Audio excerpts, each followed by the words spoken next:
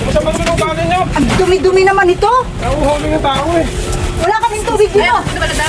Umalis ka na dito. Te, iba mo te. Ay, paninda mo te. Sama-sama naman yung mga bagay. Alis na. Resibo po. Deposit.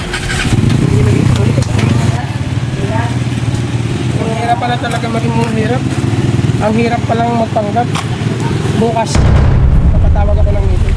2,000 years later. Kapuhat naman yan sa kanya. Kanina ka pa nakatayo dyan eh. Ito, buhatin mo.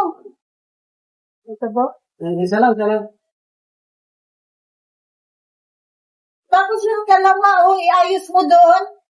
Kasi i-deliver, oo. Kanina pa yan, oh.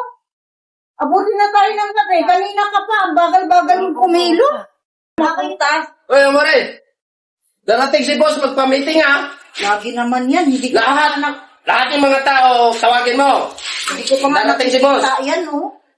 Ay, ako malalagot pag hindi gagawin mo yan! Oo na, tara na. Sa mo ha? O, hindi ako bukas nga. Pabukas.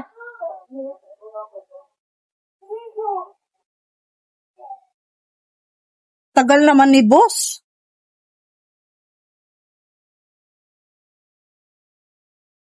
Ay kuya, pakuha mo na ng tubig.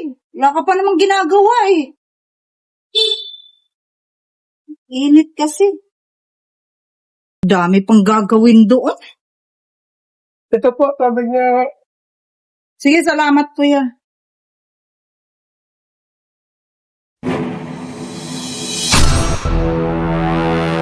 Doon ka nga. Ang init-init eh. Hinaharangan mo yung electric fan. Oy, oy! Boss! Shh! Oy! Liga! Ba't mo yan utosan yan? Bakit? Sino ba yun? Ikaw, hindi ka nagtatanong sa akin ng maayos. Hindi mo kilala yan? Sino ba yan? Iyan ang boss natin! Ha? Kaya ka pa? parating rin. Naglinis ako dun eh, ang daming kalat. Hindi nyo pala inayos yung budiga natin. Dumi-dumi nga na baso. Upo ka! Ay, Pedro, upo ka. problema nito. Ganyan pala kayo magtrato ng mga customer. Sorry na, boss. Di ko naman kasi alam na ikaw pala yung boss dito. Sinusubukan mo lang kayo kung paano kayo magtrato ng mga tao na mabababang klase ng tao, yung mga magubuti. Kaso, ganyan pala kayo magtrato ng tao eh. Bukas, tagalin mo na to. Ay, boss, mawa na. Boss, wala akong trabaho. Hindi na, okay na.